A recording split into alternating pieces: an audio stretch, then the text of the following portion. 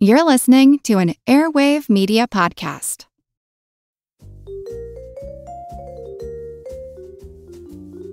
Do you love history but hate when it's stuffy and boring?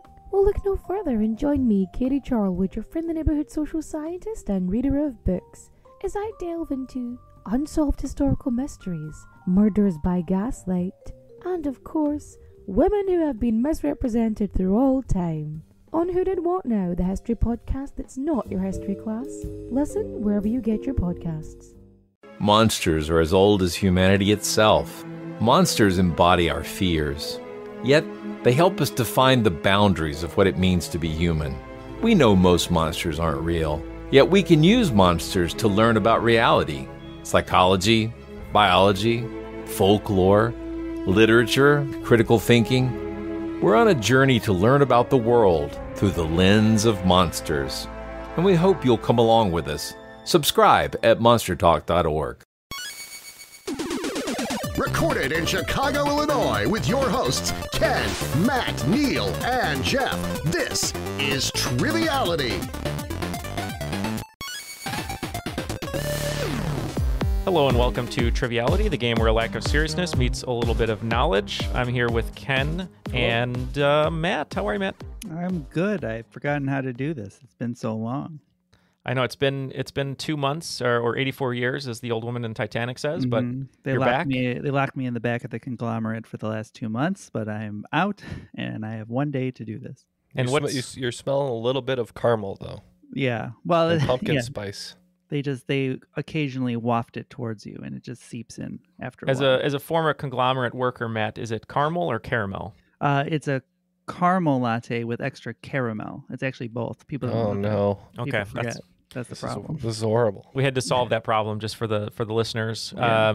But have you created any new spices while you were in there? I learned about ice spice, but that's it, unfortunately. Okay. I think that might be with a different conglomerate with that deal. Is So Ice That is Spice true. the rejected Spice Girl, or I think it's Ben Affleck's friend, right? Is that how the Ben Affleck's good friend. Yeah, that's right. good friend Ice Spice?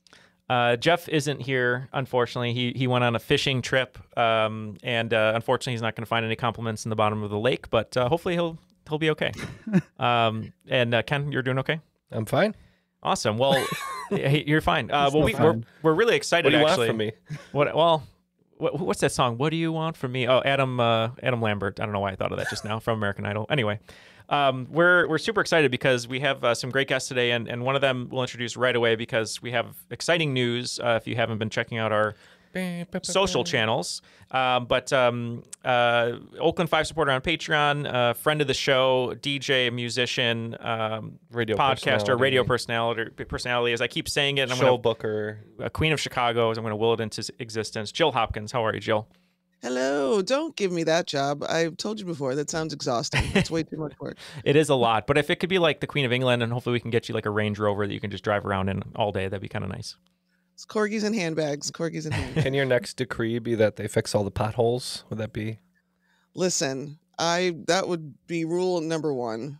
1.5 would be that they decorate them nicely with mosaics like that one guy does. Yeah, And then probably more feasible just to put a decorative outline around them instead, because as soon as you fill them, there'll be a new one replacing it right away. Jill, you've been on the show before, and we always love having you. Do you want to remind everyone at home what you're up to in Chicago? Sure. I am the civic events director at Metro and G-Man and Smart Bar, this great family of venues in Wrigleyville in Chicago.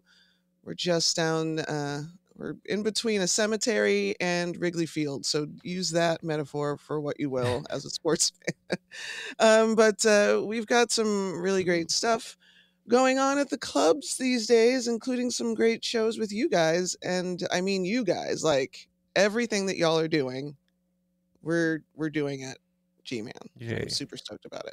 We're super excited about it. So if you've seen our socials, you'll know that we're going to be doing a big Triviality live event on November 12th, which is a Sunday. It's going to be a live taping of our 350th episode, which is pretty crazy that we've reached that mark. But it's going to be from 6 to 9, and doors will open at 5. And there's going to be some mini games, a live taping of the episode. Obviously, you can play by yourself in a team up to 4. We're going to be using the Triv Now app. So if you happen to be at SporkleCon, the guys did a Triv Now version of the game. Same thing that's going to happen here at the live event. We'll have some prizes.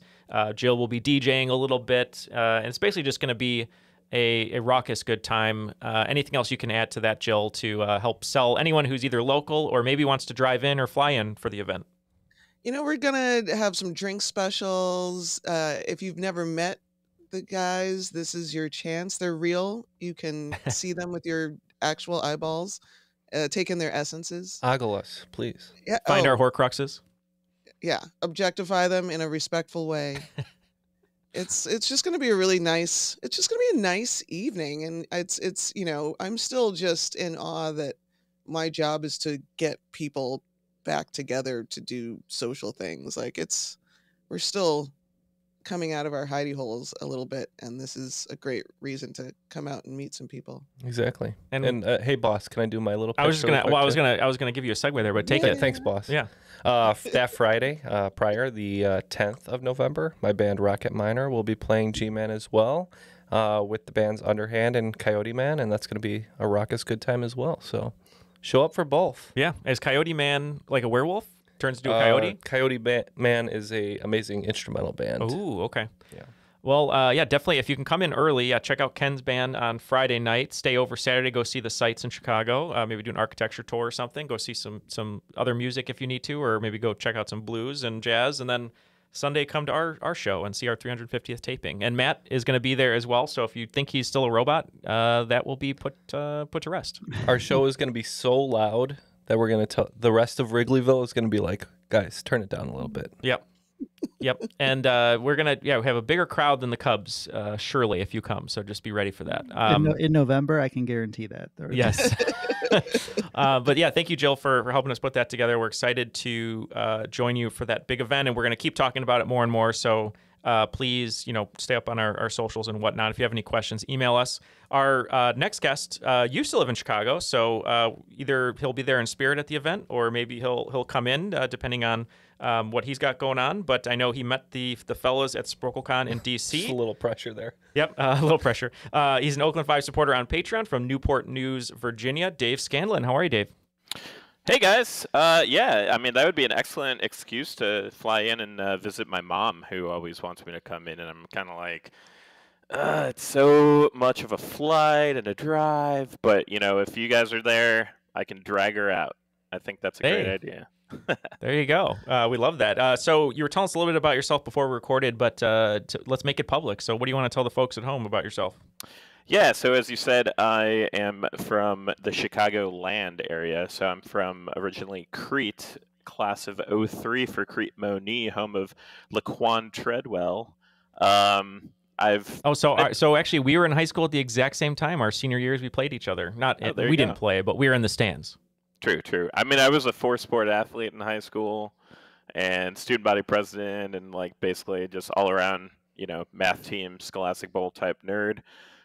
So that got me a trip out to the Air Force Academy for a few years.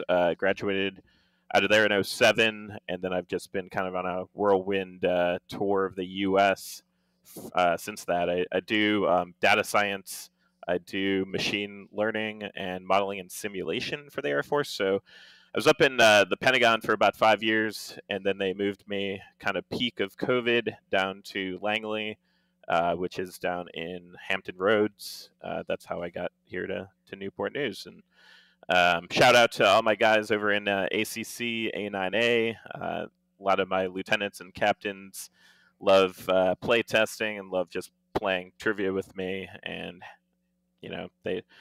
they see me kind of as like, wow, how do you know all this crap? And I'm like, hopefully I know some stuff that's good enough to use for the job. But Well, we appreciate you taking the time, and thank you for all that you do. I don't understand any of what that means, but I'm glad it's in your hands and that you can handle it for us. Sure, we help buy stuff for the Air Force, or actually request it. So then, when Congress yells at us that it's too much money, we can say, "Hey, but we did the analysis on it," and that's basically our role. Oh, that's awesome. Well, Dave's got a great game for us today. Our teams are going to be Jill and Matt versus me and Neal. And since we're going to have a G-Man weekend, let's have some G-Man team names. So, Jill, what did you guys come up with? We decided that we were going to be the G-Mandalorian. Okay, G-Mandalorian. And This is the game. Since Scott Pilgrim is getting rebooted on Netflix, we'll be G-Man Gideon Graves. Who played G-Man Gideon Graves? Jason Schwartzman. Jason Schwartzman. Okay, right. All right. Well, let's get the rules and find out how the game is played. The rules of the game are simple. 20 questions split into 2 rounds worth 10 points apiece. At halftime, there'll be a special swing round designed by this week's host. After regulation, players will enter the final round with the points that they've accumulated and will have a chance to wager 0 to 30 points on 5 categorized questions. At the end of the game, someone will be named the cream of the crop. I'm unjustifiably in a position that I would rather not be in. But the cream will rise all the way to the top. We have the rules, so Dave, you want to take it away and we'll play. Awesome, yeah. So recently on Thursday, I hosted some of these questions at Capstan Brewery down here. I'm one of their fill-in hosts for trivia. We had about 15 teams, so it's nice to be in a room with only a couple people. But yeah, so I'm a pretty creative dude, always thinking about the future, always thinking about time. Whenever we do analysis for the Air Force, we have to go out to 2030, 2035, 2040.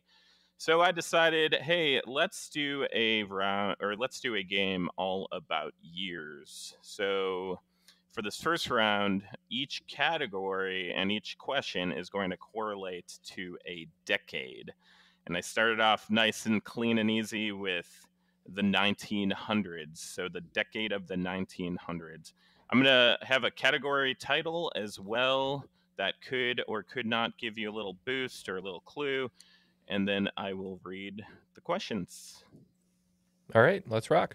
All right, so question number 1, it's the 1900s, so the decade of the 1900s. The category title is Show Me the Yen. And the question is, the Battle of Tsushima was the final major battle of the Russo-Japanese War on 27 to 28 May 1905, and resulted in a massive loss for the Imperial Russian Navy as their fleet was much older and slower than Japan's. Greatly aiding the Japanese, it was the first battle to feature the use of which technological development in warfare? The initial instance using the Type 36 from a boat to the mainland. I think I have an idea, Matt. What are you thinking about? I think that if you think you have a good idea, I think that we can lock in with that answer. All right, so they're locked in. I was thinking either submarines or radar. Technological development from a boat to the mainland. Since it's from the boat to the mainland, that's what I wanted. I was thinking maybe radar for that, like they were transmitting. Oh, I see. Yeah, because I don't think it'll be torpedo or gun on the ship or whatever. Yeah, we could go radar if you want. Okay. I like to think that Neal thinks it's some kind of submarine Gatling gun, but I don't know if that's what he's implying there. What did you lock in with?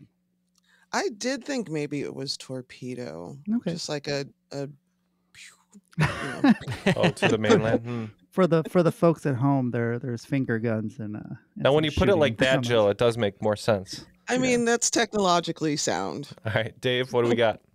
All right, so I wanted to give you guys a clue here with the category title, so it's a little bit of a stretch, but show me the yen, show me the money, Cuba Gooding Jr. He played radio. Come on. Yeah. Oh my God. And I thought that you were locking in with radio. I'm like, Jill knows it's radio. She's on the radio. But no, that's okay. We'll get the next one. Yeah, so the full answer here is wireless telegraphy by radio, but I would have accepted, radio by itself. So it was the first major battle to use Cuba Gooding Jr. as a weapon, is what you're saying. Yes. Later to be used in the Pearl Harbor attack. That's right. Yeah, that's right. The Battle of Snow Dogs, I believe, is after that. All right, question number 2. We are moving right along to the 1910s. Our category title is We Are Made of Sea Stuff. All right, in 1916, Stuart Patton wrote and directed the first film adaptation of Jules Verne's 20,000 Leagues Under the Sea. This was the first film to be shot underwater, although it didn't directly place cameras underwater, but used a system of tubes and mirrors in shallow water. Which motion picture studio, the oldest in the United States, used this film as the start of over a century of special effects advancements? All right, we thought about 20,000 Leagues Under the Sea, and we have a guess for the studio. Okay, so they're locked in. So what were you thinking on this one initially? For the oldest ones, I'm always thinking about like MGM. Are they still a studio? Maybe Warner Brothers, Columbia, something like that. I think my guess is I think it's Universal. I think that they've definitely been out west a long time, and I've been to Universal Studios in California, and it was super fun. And that's the reason why I want to answer Universal based on nothing else. But I do think it's Universal Studios. I'm here for it. I do not have a better guess than that. All right, we're locked in. I hope you said Universal, because We're Made of Sea Stuff is a Universal sort of reference. Yeah, so we put down Paramount, we put down MGM. I don't think Paramount is that old. I don't think MGM is as old as that. But yeah, we just said Universal because we couldn't put Stuart Patton in the right league. But in the right league, yeah, pun intended. Awesome, yeah. So you guys both picked this one up, picked up the category as well. So when my wife and I got married, we got married at a Civil War fort up in D.C. and, basically picked all the cool sayings. We're just like, hey, let's throw in a bunch of stuff, and we use Carl Sagan. We're made of space stuff, or star stuff. Excuse me, I'm screwing up my own wedding vows there. As one of our wedding quotes there. So yeah, Carl Sagan and the cosmos and universe and all that stuff. Universal, very Sweet. Good pick up there. Was that the tagline to The Shape of Water, Ken? We're made of sea stuff. Yeah. I don't want to talk about sea stuff. I really see some stuff in that movie. Yeah. It's unfortunate. It is the Lord's Day, you guys. We can't talk about that. Awesome. So question number 3. We're going to go to the flapping days of the 20s here. And with those flappers, our category is Frozen in History. And in Frozen in History, our question is, Art Deco was huge in the 1920s, seen in almost all forms of architecture, consumer products, and vehicles, but it was not yet called that. While the full term Arts Décoratifs was first used in France in 1858, the abbreviation Art Deco was not widely used as a cultural phrase until over 100 years later to describe the 1920s motif. Which worldwide fashion and beauty magazine with over 100 million unique web visitors per month ran an essay named Les Art Deco in 1967, cementing this term in place in history? I mean, looking at me through the screen, you can tell I'm the epitome of fashion and style. Mm-hmm. You have your team behind you, so. I think paired with the clue, Frozen in History, it could be Vogue. Oh, that makes sense. I thought this question was going to be about Walt Disney's head, but it's not, which is okay. I like Vogue. It's a good answer, and I know that it's still a popular magazine, so we can lock in with Vogue. Yep, Neal's striking a pose here in the studio, so we're saying Vogue as well. Yeah, I kind of threw you guys off a little bit there. I'm sorry. So L is Frozen in History. So answer is going to be L here. Oh, like Frozen, yeah, like the kids love, yeah. Like the kids love. Oh my gosh, that's what we yeah, get like for not Elsa, having right? kids. Yeah, Yeah. Awesome. So question number 4. We have the 1930s, and our category is If You Can't Beat Them, Join Them. All right, Uruguay hosted and won the 1930 World Cup, partially due to the field only having 13 teams due to the Great Depression. Featuring 7 British-born players, which team lost to Argentina in the semifinals but secured third place over Yugoslavia due to point differential? this secured their, as to yet, best showing ever in a World Cup? So me and Neil are huge fans of 1930s international soccer, and we're going to lock in. All right. So they're locked in. So we're looking for an international team. It's probably not English, with 7 British-born players losing to Argentina in the semis, and they haven't been very good since. That's a lot of information. That is. But I don't know. I I don't even know what area of the world. Are we looking South America, Europe? I don't know. I don't know why my heart says Australia. I don't know why. That is a really good guess. They're notoriously not good at soccer, and they would have 7 British-born players. That would make sense. So I'm good. Let's lock in with Australia. Sure. Well, back in those days, they used to play soccer with an inflated hog stomach. No, I'm just making stuff up. We said USA because we suck. At There you men's go. soccer, that is. Men's soccer, we suck. Women are pretty amazing, even though they lost Yeah, this year. that part. Correct. Nice. Yeah, if you can't beat Wow. them, join them.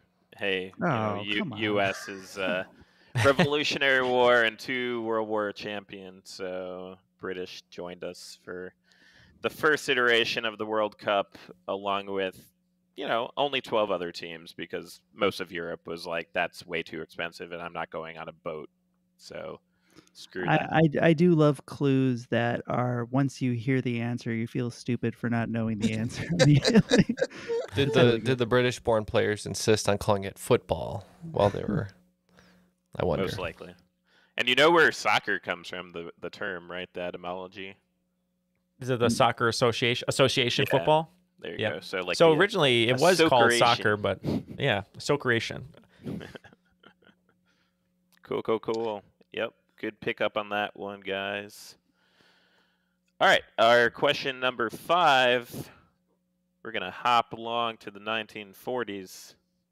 So category title is Unlocking Air Power.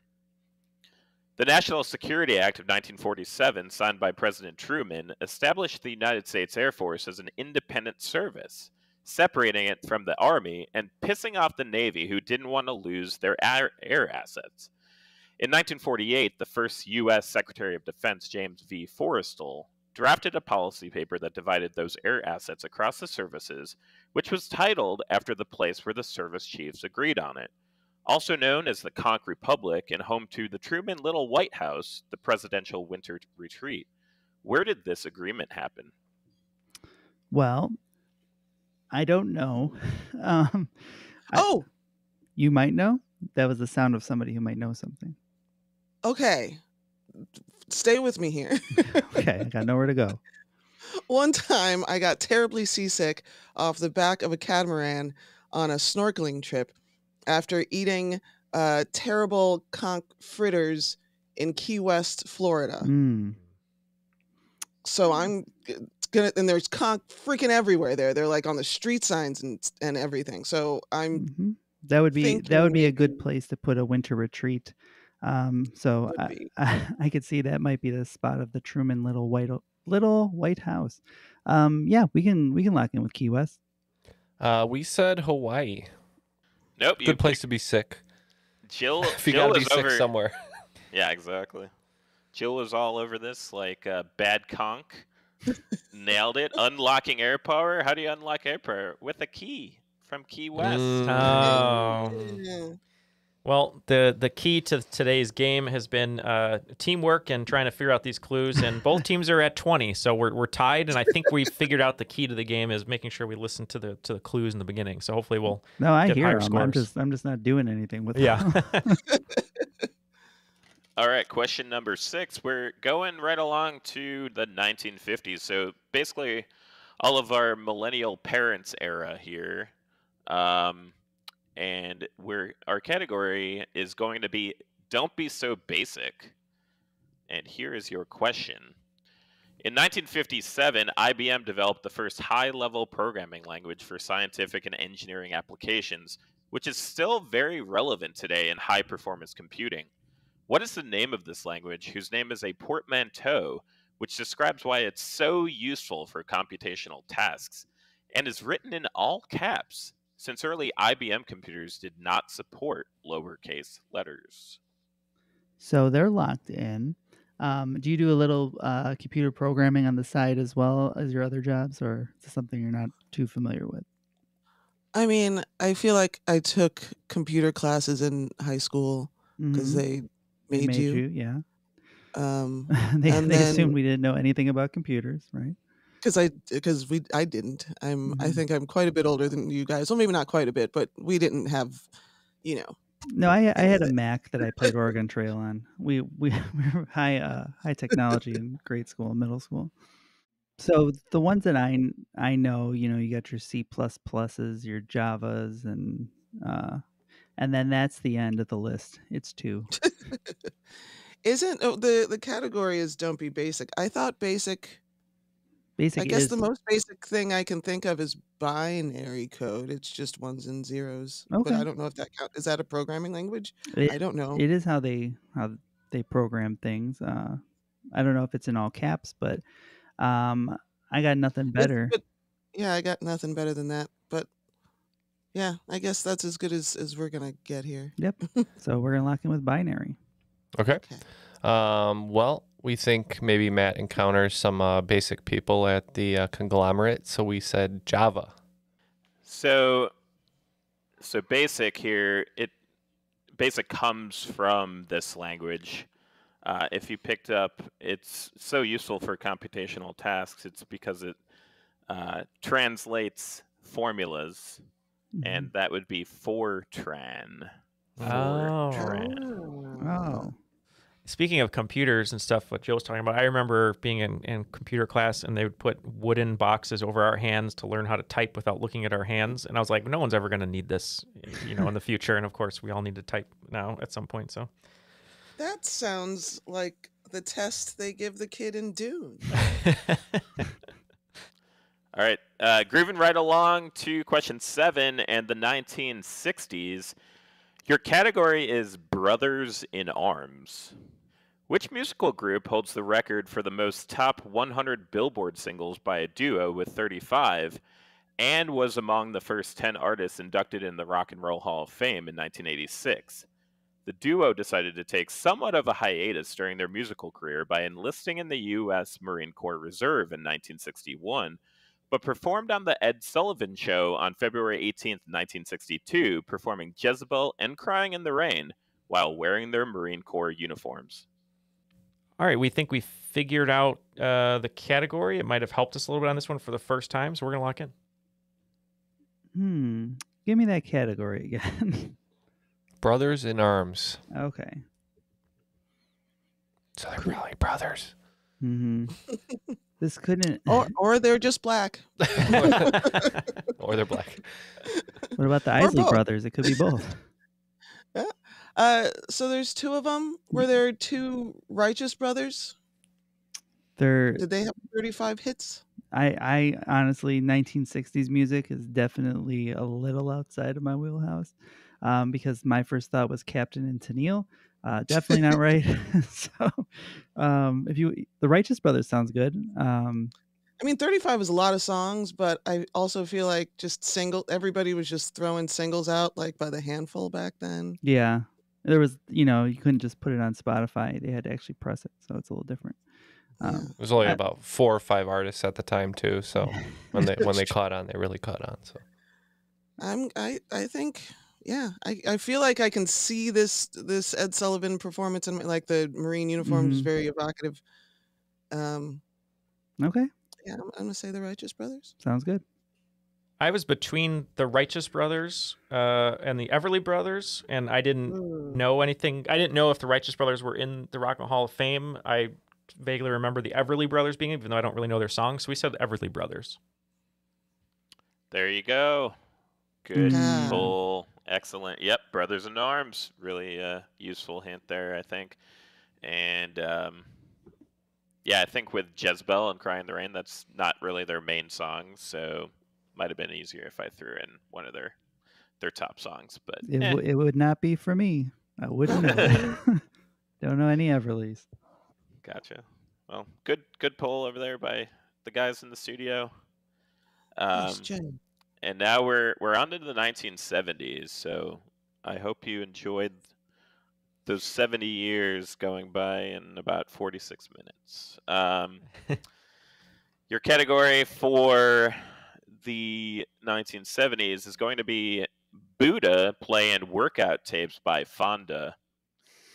And your question, which book, written in 1974 by Robert Pirsig, is a fictional autobiography about a road trip that takes him and his son Chris from Minnesota to California? Although it was originally rejected 151 times from publishing houses, it is now one of the highest-selling philosophy books of all time, selling over 5 million copies and translated into 27 languages. We're going to lock in on this one. Oh, you guys know this one. We've read a thing. Well, I haven't. Sounds like Neal has, though. I see it in the studio almost monthly, and I'll tell you why a little bit later. Fascinating. Jill, do you have any inroads on this one? I'm thinking about the clue. Mm-hmm. It's Buddha and playing workout tapes by Fonda. And if I continue that lyric, it's Fonda ain't got a motorcycle, or ain't got a motor in the back of her Honda, and then motor gets me to motorcycles, and it's Zen and the Art of Motorcycle Maintenance. Bill Jackson's favorite book? I believe that is correct. And I bet that's why Neal knows this one. But yeah, that sounds great. Yep. If you are a patron and you do the loot crate from Jeff, often he will share Zen and the Art of Motorcycle Maintenance with patrons, and that's what we locked in with. Yeah, I really like Jill parsing that out. That was perfect. Excellent job. Yeah, you are spot on. And it's funny because, so when I graduated from the academy, they give you 60 days to just like go out in the world and do whatever you want. Rumspringa? Yeah, basically. And so I went down to Costa Rica. But they give you a plane. Yeah. And I saved sea turtles on Playa Ostianal down there in the Guanacaste province. And so there's this guy who's on Discord a lot, Albert. He play tested this. He has a rocks glass that has a quote from there. And he's actually from Costa Rica. So I was like, wow, I read this book in Costa Rica while I was down there. And now it's all coming together. Pretty crazy. All the listeners are getting 10 minutes of their life back because Jeff's not here to go on and on about this book. So, you're welcome. You know, there's a video by CGP Grey. Yeah, good pulls, everyone. Really nice. All right, so here comes my birth decade, and I think a lot of everyone else here, maybe. No, it's not Jill, yes. So our category for the 1980s is Oiling My Peach. And your question... I think that was in Call Me By Your Name, right?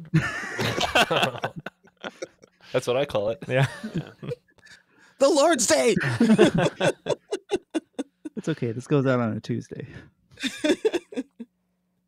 All right, so your question for Oiling My Peach is, when Shigeru Miyamoto, the creative genius behind countless Nintendo video games, first settled on an idea to create a game based on a love triangle between a gorilla, a carpenter, and a woman, he took inspiration and actually tried to acquire the rights to which cartoon series?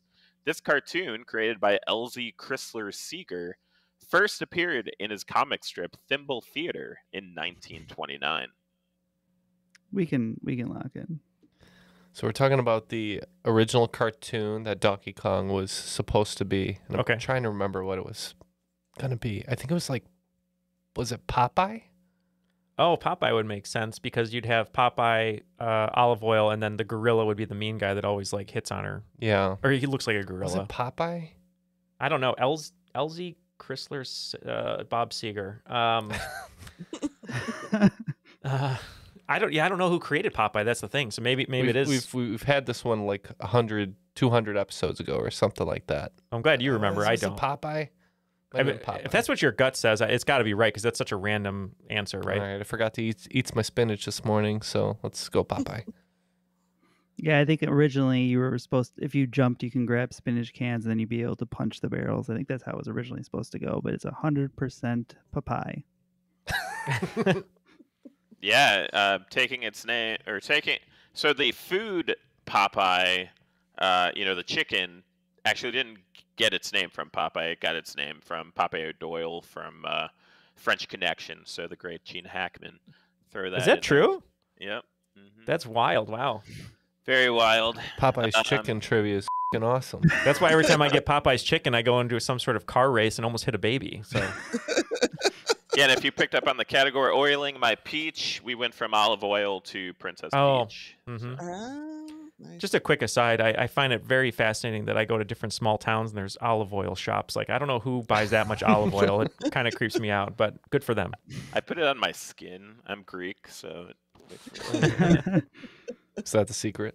It must be. Yeah, that's why he looks so young. Exactly. My goodness. Yeah, for Gotta a get your olive oil changed. 20-year Air Force veteran, I look like a 10-year-old. No. What's Scanland doing over there? Oh, he's dousing himself in olive oil again. Just like flash dance. It just comes out. That's amazing. All right, so question number 10. We've made ourselves through the century here, and 1990s is going to be your 10th question. Category is genocide is wrong, but peace is the opposite. In November 1995, the peace accords that ended civil war and genocide in Bosnia-Herzegovina were signed at the Air Force Base that is home to the National Air and Space Intelligence Center, the Air Force Institute of Technology, and Hangar 18, which is purportedly the storage site of a crashed Roswell UFO. What is the name of these accords, which share the name of the Midwestern city that is next to this Air Force Base, and that is a place in the history of aviation? All right. It seems like we both have absolutely zero idea here, and we're just naming Midwestern cities. And we're not going to go with Chicago, even though that would be the game theory here.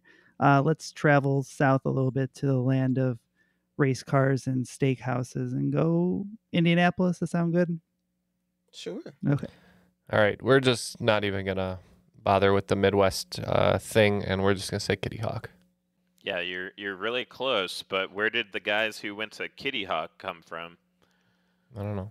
They lived in Dayton. They were bicycle salesmen and owned a bicycle shop in Dayton, Ohio, which is right next to Wright-Patterson Air Force Base. So genocide is wrong, but peace is right. Wright-Patterson Air Force Base in Dayton, Ohio. And I feel like you guys just think like Ohio is probably just a black hole. So I don't blame you guys for missing that and kind of skipping all the way over to North Carolina. But famous Midwestern state, North Carolina. Exactly. Right. Peace may be right, but not a ton of right answers in this game so far. But we have about it's like 50%. Well, 50%. Yeah, so pretty good. That's perfect. I think it's pretty good. Yeah. So G-Mandelorian with 40 points, and G-Man Gideon Graves with 50 points. So close game. Yeah, for the half Wright brothers. Is that how this works? The half Wright brothers, or the Queen Latifah common vehicle Just Right, which is just a remake of the Wright brothers story, but told in romantic comedy form. If you were listening to that first half of the game and you didn't hear that we have a huge event coming up in Chicago on November 12th, this is just a reminder because it's made possible in part due to our patrons. And speaking of our patrons, if you are a patron who either wants to travel to Chicago or lives in Chicagoland area and you'd like a free ticket to this event, if you are the first 5 patrons to message us on Patreon, a direct message, we will give you a free ticket to the event. So make sure to do that. And if you want more information, you can go to gmantavern.com, Jill, and look up events. Yep. And if you're already in the city and you just have an affinity for live music or anything, poke around in there. We've got something for you, I promise. Awesome. Well, and speaking of patrons, if you'd like to join all of them, including our 2 guests today, you can go to patreon.com/Triviality Podcast. Dave, what do we have in store for the swing round today? Yeah, so going along with the same theme of years, each question of the swing round will feature a year that is the title of a book, film, or song. So basically, I'll give you a book, film, or song that's a year I'll give you a prompt with a question, and then you simply answer that question. Got it. Okay. Cool. Awesome. So your swing round, question number 1, literature. Author of the pop fiction books 1491, New Revelations of the Americas Before Columbus, published in 2005, and 1493, Uncovering the New World Columbus Created, published in 2011. Question 2, literature. The author of 1776, The True Story of George Washington Leading His Troops in the American Revolutionary War. Question number 3, movies. The director of 1917, the war film released in 2019, known for its single-shot cinematography. Question number 4, movies. The director of 1941, Mickey Rourke's film debut about the hilarity of post-Pearl Harbor panic in Los Angeles, also starring John Belushi. Question number 5, music. The artists who released December 1963, Oh What a Night, about their keyboard player Bob Guadio's courtship of his wife Judy. Question number 6, movies. The actor who portrayed Mr. Ollivander in the Harry Potter series, who also portrayed Winston in the 1984 version of 1984. Question number 7, music.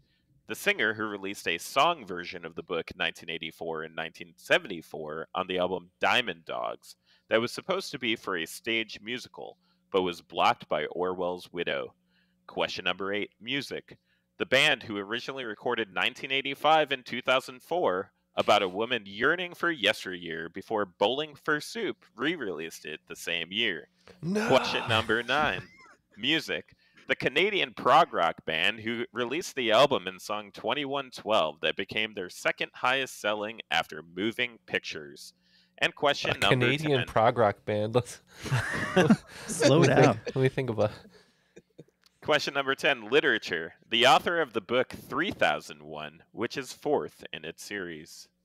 All right, we have our questions. We'll be right back after these messages. Everybody shush! William Shatner has something to say. Cat and Jethro, box of oddities. What do you do when the woman you love dies?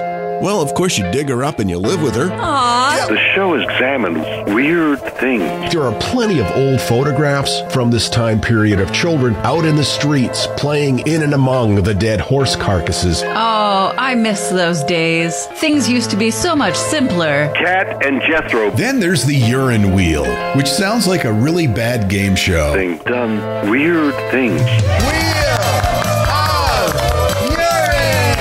Cat and Jethro, box of oddities. That is really mysterious. Join Cat and Jethro Gilligan Toth for the strange, the bizarre, the unexpected, as they lift the lid and cautiously peer inside the Box of Oddities. The Webby Award-winning Box of Oddities podcast from Airwave Media. Robert Barker was the most famous book printer of his time, and luckily for him, his time was when book printers could be really famous, especially if you were responsible for the most read book of all time, the King James Bible, which Robert produced in 1611. Yes, you could get quite famous printing books in Robert Barker's time. Unfortunately, you could also get infamous. In 1631, Barker tried to double down on his success and reprinted the King James Bible, but this time around he missed a word. One word that caused him to lose his license, destroyed his reputation, got him fined, and removed to debtor's prison, where he died. Exodus 20:14, the sixth commandment. Thou shalt commit adultery. This is The Constant, a history of getting things wrong. I'm Mark Chrysler. Every episode, we look at the bad ideas, mistakes, and accidents that misshaped our world. Find us at constantpodcast.com or wherever you get your podcasts.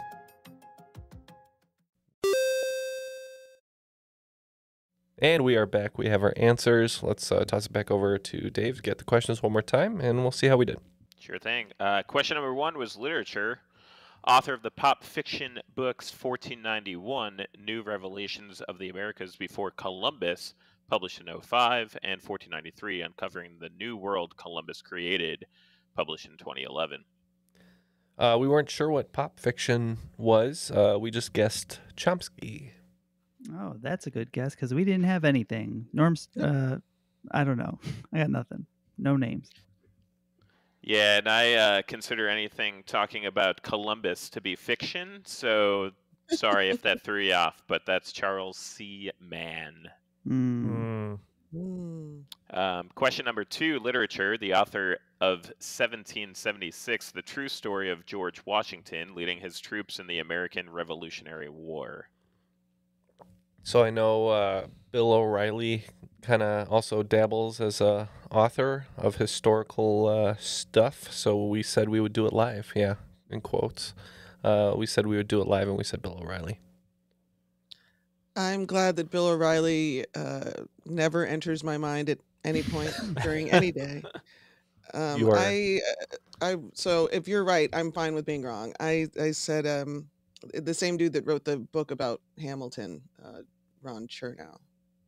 Yeah, so this is actually David McCullough, who wrote The Path Between the Seas, Truman, and John Adams. So he was a Pulitzer Prize winner twice, 1982 National Book Award winner for, not sure actually, and Presidential Medal of Freedom.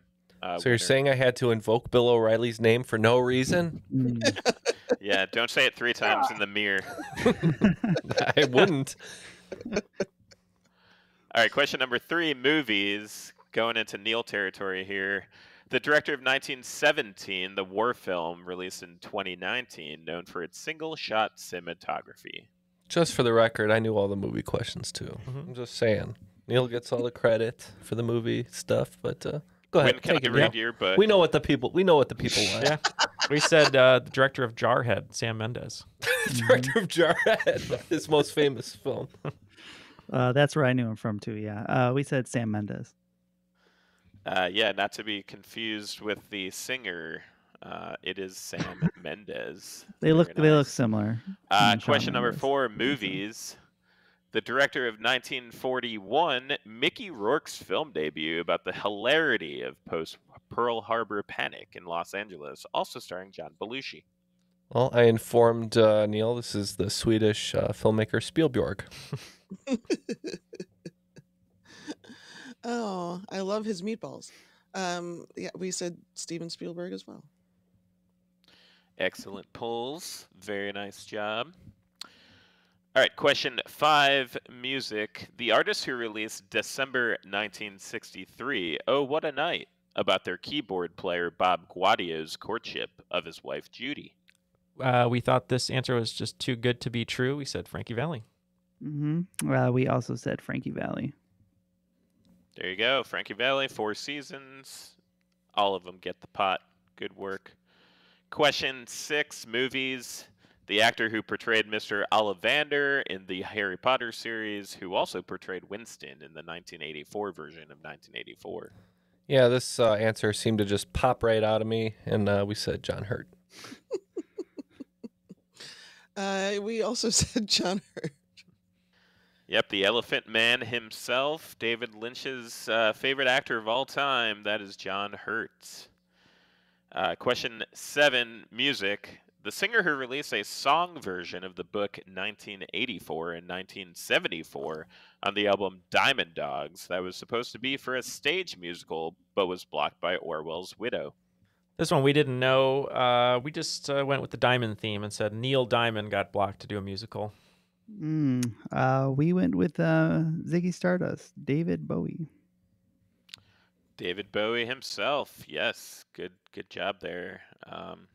Question number 8, music. The band who originally recorded 1985 and 2004 about a woman yearning for yesteryear before the great Rock and Roll Hall of Fame one day, Bowling for Soup, re-released it in the same year. Yeah, we think this is SR-71. We said SR-71 too. No, TOO. There you go. All children of Air Force veterans, and that's why they came up with the name SR-71 after the X-Men's aircraft. They're the Blackbird, so you are correct, SR-71. Question 9, music. The Canadian prog rock band that released the album and song 2112 that became their second highest selling after Moving Pictures. It's got to be King Crimson. No, just kidding. We're saying Rush. Oh, Alex Lifeson, right? Or Alex Lifeson. Oh, good. I remembered. We also said Rush. Yeah, I was hoping that you guys didn't rush to answer that one. It was Rush. Good work. And question 10, literature, the author of the book 3001, which is fourth in its series. Pretty sure the author of 2001 Space Odyssey was Arthur C. Clarke. So we said Clarke. We said Clarke as well. Yeah, and kind of an interesting thing about 2001 A Space Odyssey, the book didn't exist prior to the movie. It actually correlated with Stanley Kubrick creating the screenplay, working directly with Arthur C. Clarke. So there was no 2001 until that movie was released, and then Clarke went on to do 3 more books, including 3001. Our scores after the swing round, it looks like G-Mandalorian is going to pick up 40 points, bringing their total to 80. And G-Man Gideon Graves picking up 35 points, holding a very slight lead at 85. Cool. All right, so for round 2, we're going to take our little UFO/time machine out of Wright-Patterson and fly right into 2014. So all of these are going to correlate with a year starting 2014 all the way up to today. So question 1, 2014, category title is Not Too Happy Together. Question is, Malaysia Airlines flight MH370 disappeared while en route from Kuala Lumpur to Beijing on March 8, 2014. In July 2015, the first item of debris to be positively identified as originating from Flight 370, the right flaperon, was discovered on a beach of which French Indian Ocean island. The island's name features a l'accent aigu and is the French for meeting, but not necessarily after a set number of years. We can lock in. I have a guess. So we're looking for a French word. We. I think, well, my first thought was reunion. It is, I believe it's an island. I saw a documentary about this pop up on Netflix. I never watched it. But what do you think about reunion? I think so. Where would the little accent go? Over the E? The I? I mean, it's a roving accent. I think it depends on wherever you feel like it goes. That's how it works. But I think, especially with the clue at the end about not necessarily after a set number of years, because we can have a reunion at our show on November 12th in Chicago, where you can get tickets right now. So we can lock in with reunion. I'm good with that. Yeah, so just for my French knowledge, l'accent aigu is the little accent over the E, and I believe it's le réunion, so we said reunion. That is correct. So I just got back from the Seychelles back in April, and then my wife and I flew out to LA. So my wife was on Jeopardy. So we had this whirlwind kind of post-honeymoon trip.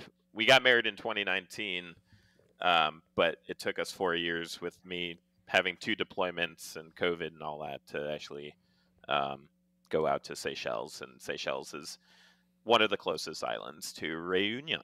So nice. Great pull on all that. Ooh, and the category Not Too Happy Together, it's not too happy to be reunited with a right flaperon of a missing aircraft. Sure. And congratulations. Thanks. Appreciate that. All right. So question number 2. We're going to 2015. Category title is I Don't Give One. The film Bridge of Spies was listed on the AFI's list of top 10 films of 2015. It focuses on the exchange of a CIA U-2 pilot that was shot down over the Soviet Union in 1960 with a convicted KGB spy. The name of the film refers to the Glynaki Bridge, where the prisoner exchange took place. Which 2 present-day cities does this bridge connect? One of the cities was the site of a famous meeting between Harry Truman, Joseph Stalin, Winston Churchill, and Clement Attlee post-World War II. We can lock in.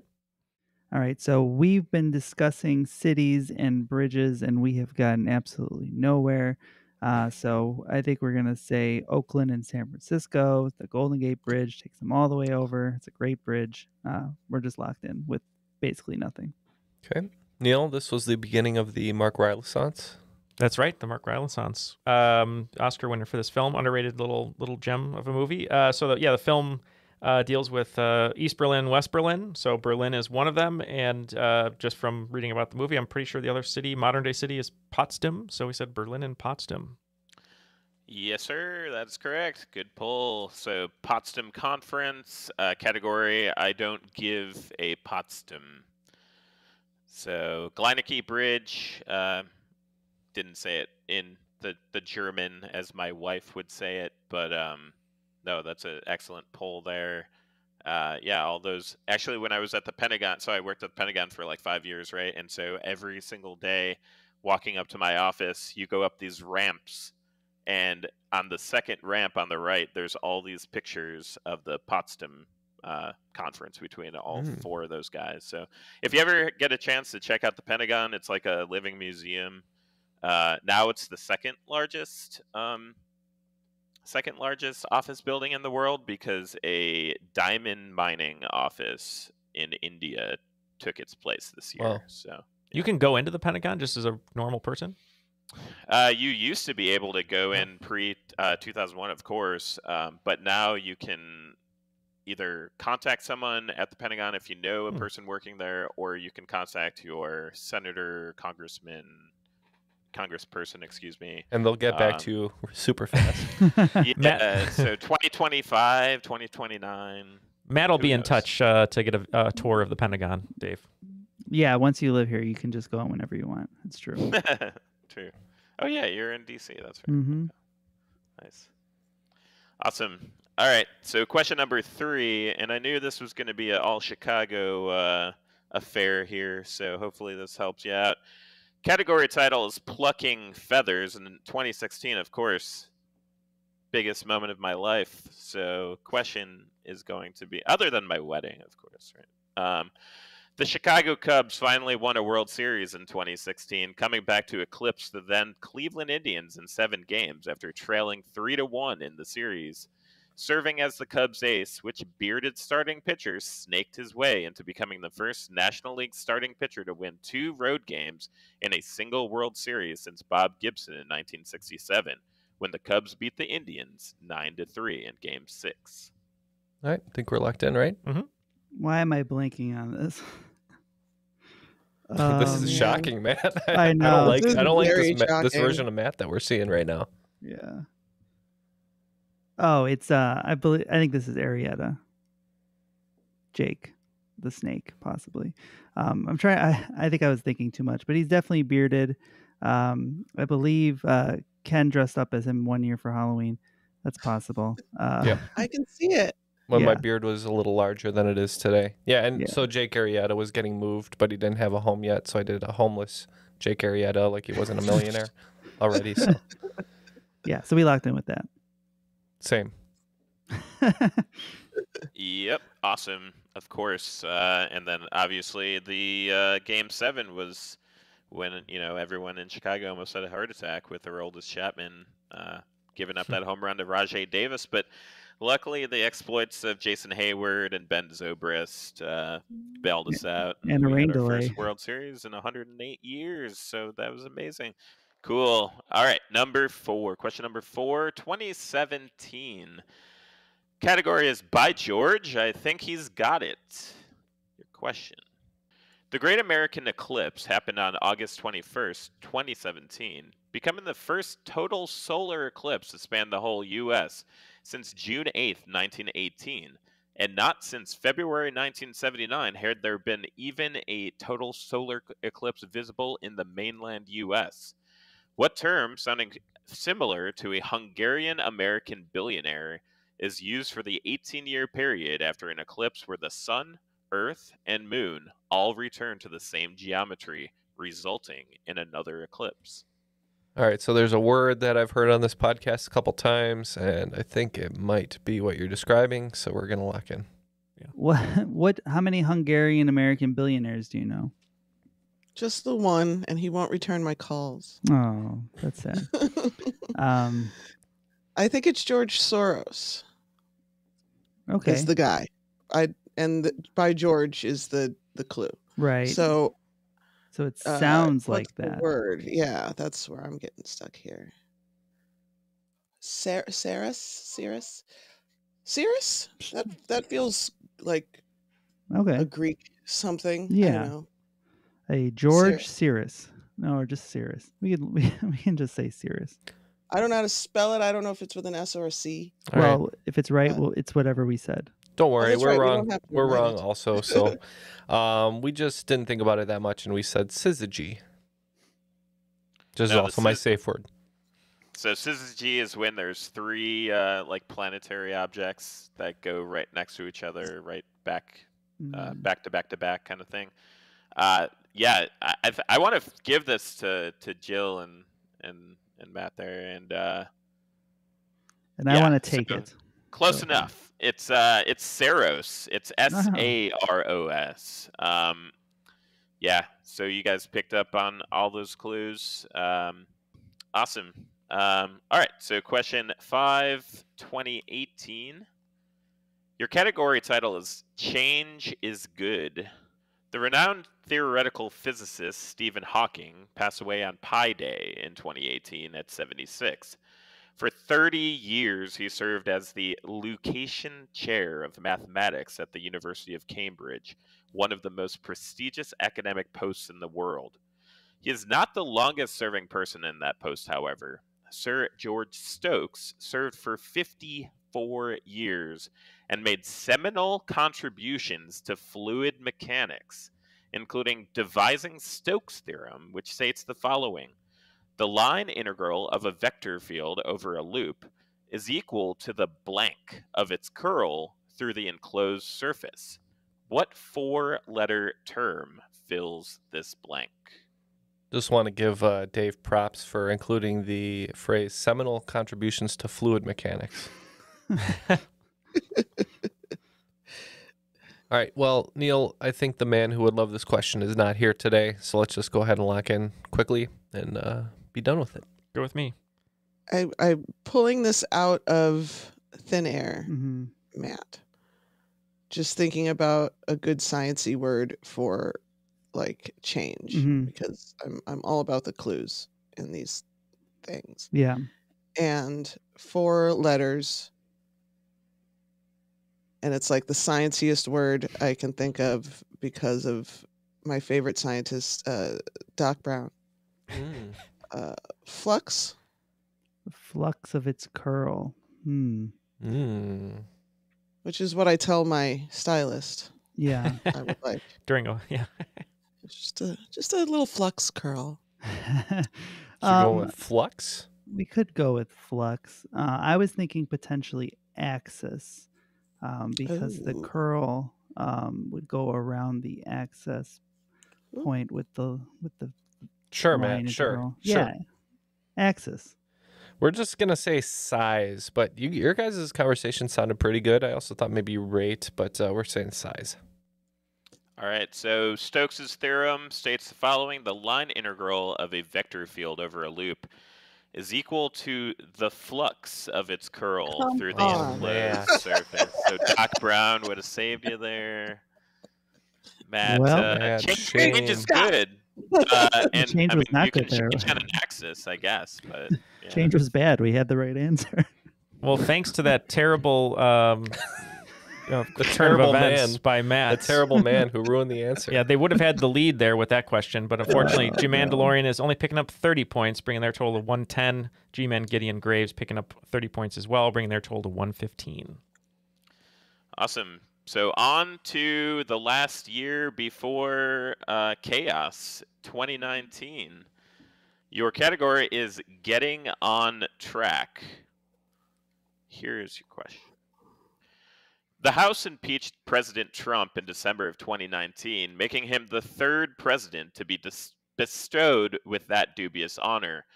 The first, Andrew Johnson, was impeached due to violating which act, sounding like something that teachers earn, when he acted to remove Edwin Stanton from office as Secretary of War. The act was a federal law in force only from 1867 to 1887 and denied the president the ability to remove any executive without the explicit approval of the Senate. Well, they're locked in. What do teachers earn besides not enough money? Ooh, tenure. They get on a tenure track. Okay. Oh yeah, that makes sense. So you think it's maybe it's like the 10-year act, or just tenure? Don't overthink it, man. No, I'm afraid to say anything. I say the tenure act. That sounds great. Okay. We said the same. Yeah, points all around here. So it's actually the Tenure of Office Act, but Tenure Act, really good. And of course, Tenure Act, the radical Republicans were kind of out for Andrew Johnson, who promised, 40 acres and a mule. And where are the 40 acres? Where are the mules? Where's my mule? Exactly. Right? I have 0 acres, 0 mules. Who do I write? So we can kind of thank the radical Republicans back then, who are now more of the Democrats, obviously, changing course somewhere in the late 1900s to become the Democrats that we need to know today. All right. Question 7 is 2020. Chairman of the board is your category. The one good thing to come out of 2020 is the ability to work from home more effectively. Who is the CEO and founder of Zoom Video Communications, whose last name is the same name as the currency of the country he was born in, which is currently worth 0.137 of a US dollar? In the language of its country, spoken by over 500 million, it literally means round object or round coin. And the last name here is fine. You think you know it? I do. Okay. We can lock in 100% because I don't. So, Neal, we know the chairman of the board is who? Carrot Top or Frank Sinatra, depending on which thing you like. However, that's not really getting us anywhere. I'm sure we'll be enlightened. But we're thinking maybe it's ruble because the amount of speakers seems about correct and the conversion rate to US dollars seems about correct. So we're going to say ruble. If I am correct here, the founder of Zoom is an Asian fella. Mm-hmm. I think he's a Chinese fella. And I think his last name is Yuan. So we went with Yuan. That's correct. So, All right. So the yuan is broken down into maos, which are then broken down into fens. So the chairman of the board, going with Mao Zedong there. Chairman of the board he's the CEO. You can't give us Carrot Top bait, all right? It'll just throw us right off. Some bowling for soup and Carrot Top bait all mixed together. Yeah. If you put carrots in your bowl of soup, maybe you get this answer. Yeah, if you called pest control for Triviality, they would just lay out some bowling for soup and Carrot Top, and we would come scattering out. No carrots if you're Al Michaels, though, who does not eat vegetables, is what we learned. Well, way to take the lead, guys. Let's move on to question 8. All right, question 8. Year is 2021. Your category is Daggone It. At the Tokyo 2020 Summer Olympics, Laurel Hubbard made history when she became the first transgender woman athlete to compete. Unfortunately, she failed to complete any of her 3 tries at which specific event, placing her in last place for her class. The class was eventually medaled by Lee Wenwen, Emily Campbell, and Sarah Robles. This event shares its name with a 2000 Guy Ritchie film featuring the character One Punch Mickey O'Neil, as played by Brad Pitt. Well, I don't know the movie, but I do know that she was a weightlifter. I do know the movie, and if you can help me understand what it means in sports terms, then I think we might. So the movie is Snatch. Oh, yeah. So Snatch, the snatch and grab, I think, is the... Is it? Yeah, they gotta pick it up and get it to their chest within a certain amount of time, and then they can drop it or something like that. That sounds hard. It's just I think I guess because I think it's just the event. Yeah. So Just say the it name of shares the its movie. name. You'll be fine. Yeah. Snatch. Yeah. Weightlifting snatch. Yeah, we said snatch also. Yeah, you snatch that run right up, and if you aren't familiar with that movie and you want to see Brad Pitt mispronounce the word dog a million times, you can just Dag. Yeah, dag, or maybe he's pronouncing it right and we're all wrong. But yeah, definitely snatch is correct, and then clean and jerk to go back to the seminal, viscous flux stuff that we were saying before. Yeah, clean and jerk was the second in that class. So it was like the 87 kilogram class. They give the gold medal for both the snatch and the clean and jerk. You can make up jokes at home. We won't. We'll move on. I'm not moving that on. Question 9, 2022. Almost up to today, folks. Category is Oakley Dokley, said Fred. And your question. In 2022, it was announced that the longest-running drama series and soap opera in Australia's history would be cancelled. The show's finale was broadcast in a 90-minute episode on July 28th on Network 10 and 10 Peach. However, in November, Amazon Freevee and Fremantle picked up the show, allowing it to start over this year on September 18th. What is the name of this show, which shares its name with a film that won Zac Efron an MTV Movie Award for Best Shirtless Performance? I think this show is on since like the 50s or 60s, I think. I believe it's called Neighbors. Yeah, you know what? That was on the tip of my tongue too. Let's go. I think it's with that movie where Zac Efron is either a good or bad neighbor. I can't remember. Oh. And Fred, Oakley Dokley said Fred Rogers, the best neighbor anyone could ever have. Mm-hmm. Ned Flanders. And Ned Flanders, also a neighbor. Two bad neighbors. Well, we like to thank this show for birthing, not literally, but birthing Margot Robbie. So we said Neighbors. Yeah, you guys parsed all of it. Oakley Dokley, of course, your favorite Homer neighbor, Ned Flanders, and Fred Rogers. If they sang "I'm Too Sexy" together, that would give you some bad visuals. But let's get it. Let's do it. Let's have that happen. All right, and then we are here. We made it all the way to present day. No more time machine needed. It's 2023 for question 10. Category is Kanan. I get a what? All right. So question is, this year in January, Prince Harry's tell-all memoir, Spare, broke the record for the fastest-selling nonfiction book of all time, selling 1.4 million copies in one day, and breaking the record of which book that was released in 2020.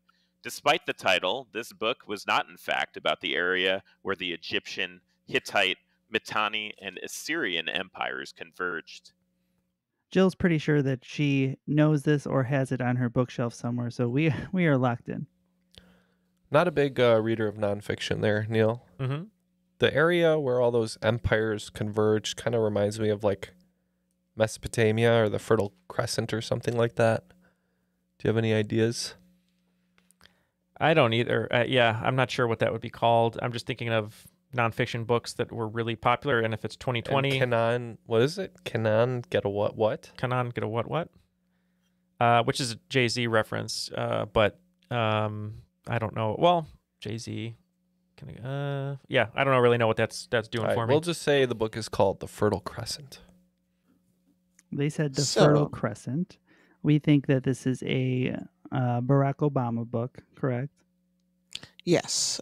I was wondering if it was a Michelle or a Barack, but I think it's a Barack. Mm-hmm. And I think the Promised Land is what we would call that place. So we're locked in with the Promised Land.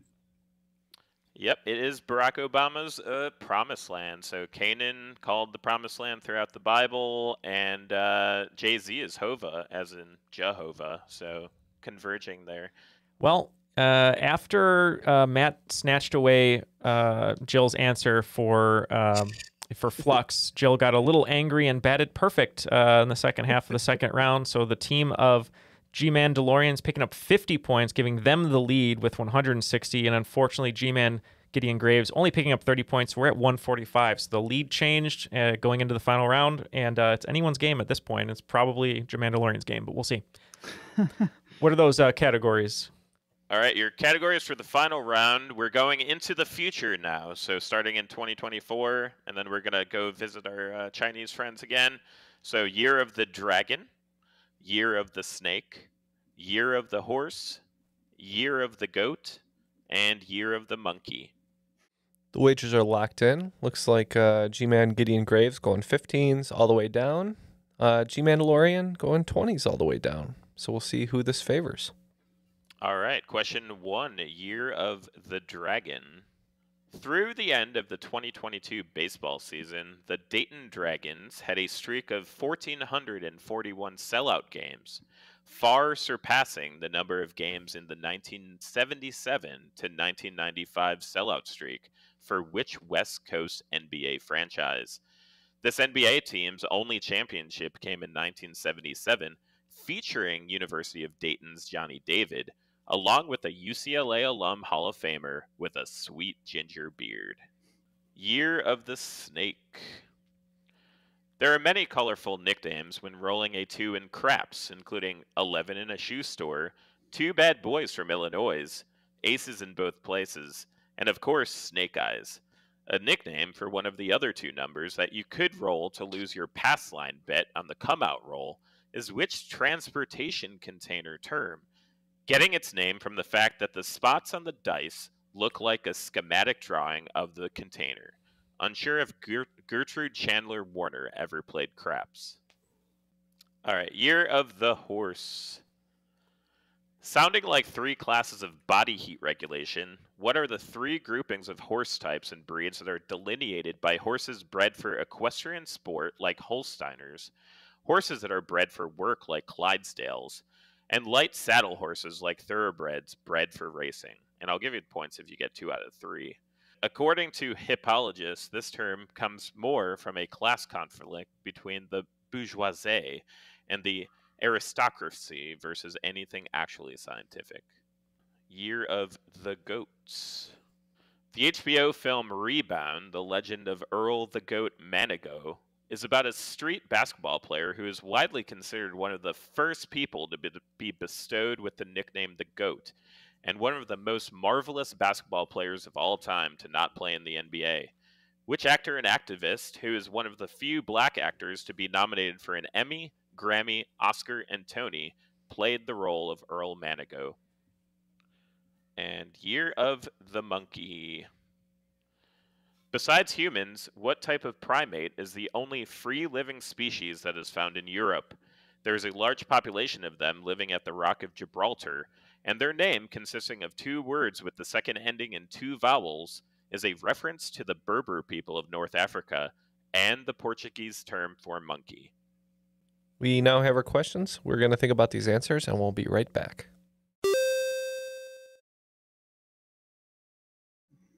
And we are back with our answers. Time to find out who will be today's cream of the crop.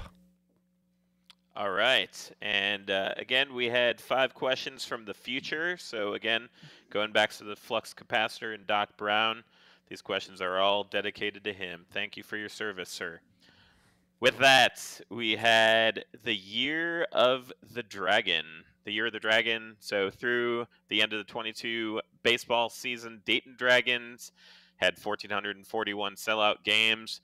Who did they beat? Which West Coast NBA franchise did they beat that had a dude with a sweet ginger beard? For 15 points again. Yeah, thank you for the sweet gingerbeard clue. It's what led us there. We thought of Bill Walton, who played for the Trailblazers. We said Portland Trailblazers. Yep, but we wagered 20, and we agree is the Portland Trailblazers.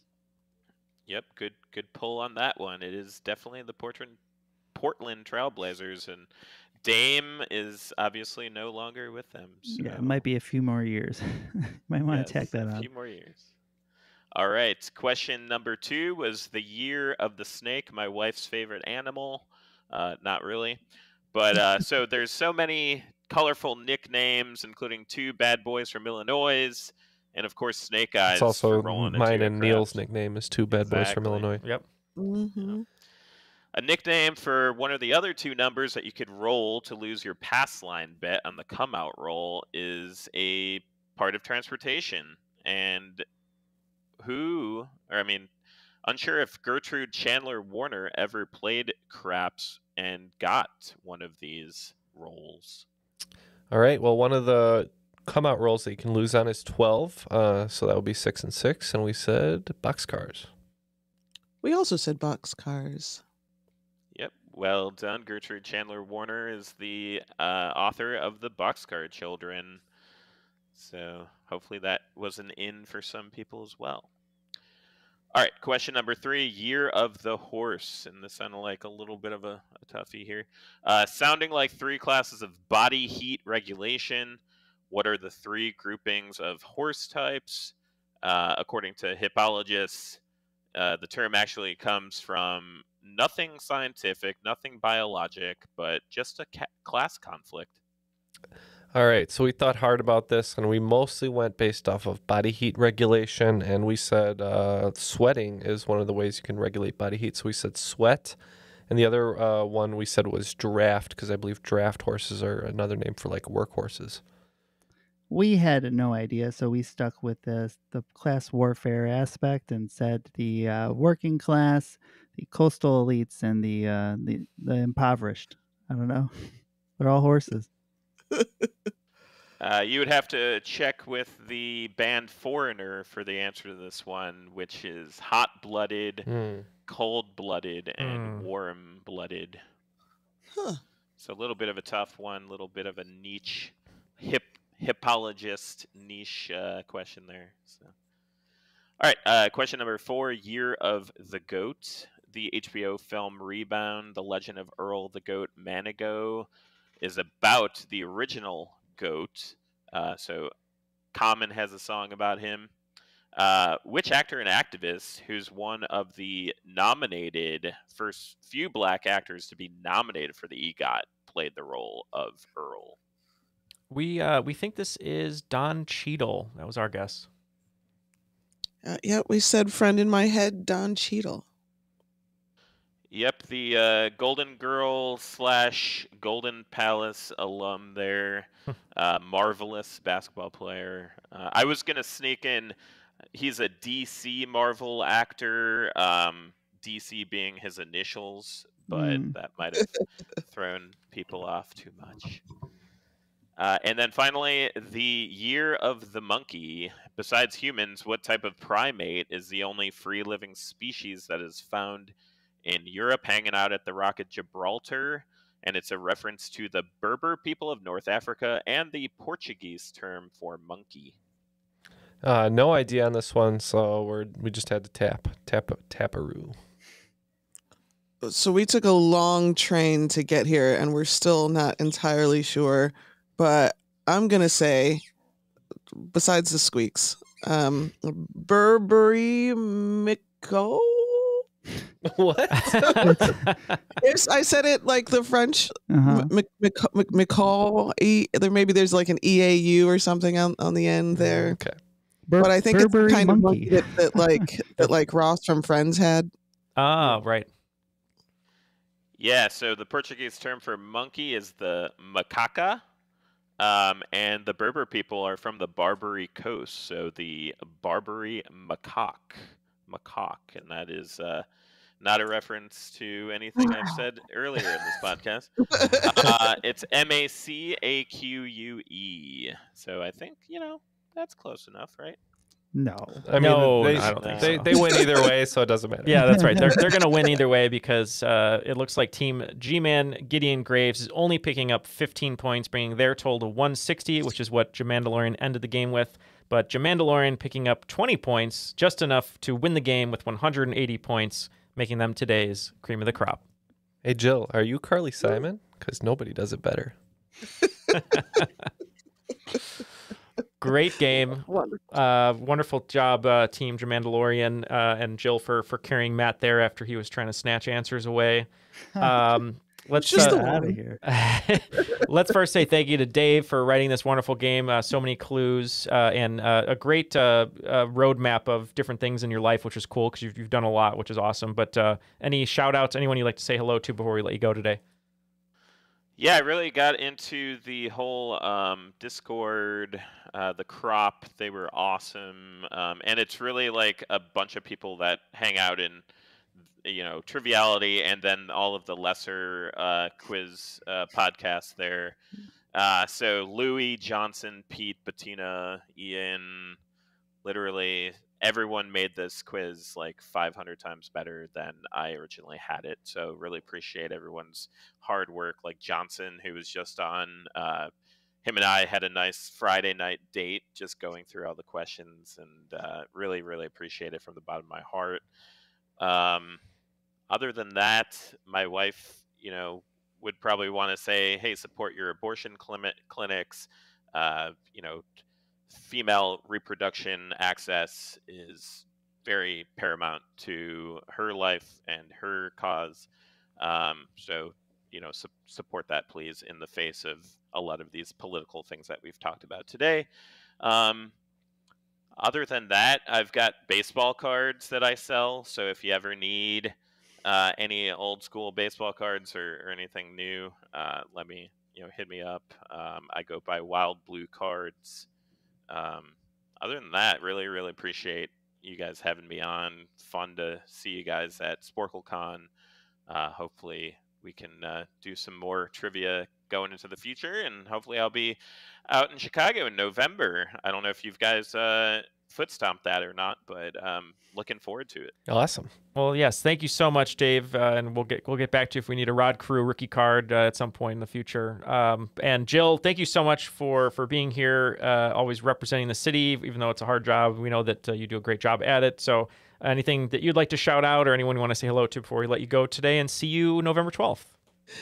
No, I'd love to give a shout out to the great folks I work with at G-Man Tavern. It's rare, I think, in the entertainment business to work with people who are equal parts good at their job, passionate about the work that they do, and just nice to be around in general. So I'm glad that we live in the middle of that Venn diagram. And we're super looking forward to making this kind of Triviality weekend in November happen. It's going to be a lot of fun. I love doing these podcasts, but it's so much fun to do them in real life, in a room full of people. The vibe is always great. So, yay. I'm happy. Awesome. I'm happy to be here. Yeah, and if you guys plan to go, please buy your tickets ahead of time online. It makes Jill look good, it makes my band look good, makes Triviality look good, and it's good and you save a couple bucks. For G-Man, and you save a couple bucks. Once again, November 10th, Rocket Miner playing with Underhand and Coyote Man at G-Man, and November 12th, Triviality live game. And before we go, we want to thank Airwave Media. You can find them at airwavemedia.com. Check out other great podcasts such as Wake Me Up, Investing for Beginners, and the Daily Meditation Podcast. We could all use that, I think. I think we could. And without further ado, that will be our episode. We got to let your upstairs neighbors finish the wrestling match, so...